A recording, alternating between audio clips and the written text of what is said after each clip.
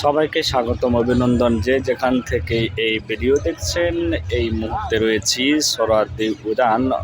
অনেক সুন্দর একটি পরিবেশ ছিল, কিন্তু বৃষ্টির কারণে আজকে অনেকেই আসতে পারে নাই। যারা বৃষ্টির আগ মুহূর্তে বের হয়েছিল তারা হয়তো আর বাসায় ফেরেননি, তারপরও এসেছেন এই সোহরাওয়ার্দী উদ্যান। আসলে বন্ধের দিন এই বাংলাদেশে মানুষ বাসায় থাকে না, তাদের পরিবারকে নিয়ে একটু সময় দেওয়ার জন্য বের হয়। যেমন আমাদের এই রাজধানীতে রয়েছে রমনা পার্ক, সোহরাওয়ার্দী উদ্যান, এমনি করে ধানমন্ডি লেক, অনেক চিড়িয়াখানা, অনেকগুলো দর্শনীয় স্থান রয়েছেন। যারা প্রত্যেক বন্ধের সময় এই জায়গাগুলো ঘুরে ঘুরে দেখতে পারেন। আর যারা অনেক লম্বা সময় পান তারা হয়তো ঢাকার বাইরে কোথাও যাওয়ার জন্য চেষ্টা করেন, তাও সময় সাপেক্ষ নিয়ে।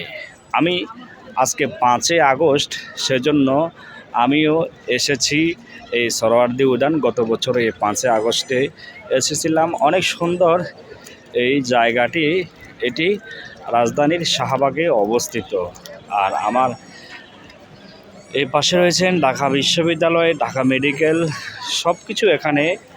আবার রয়েছেন গ্লাস টাওয়ার, অনেক লম্বা গ্লাস টাওয়ার।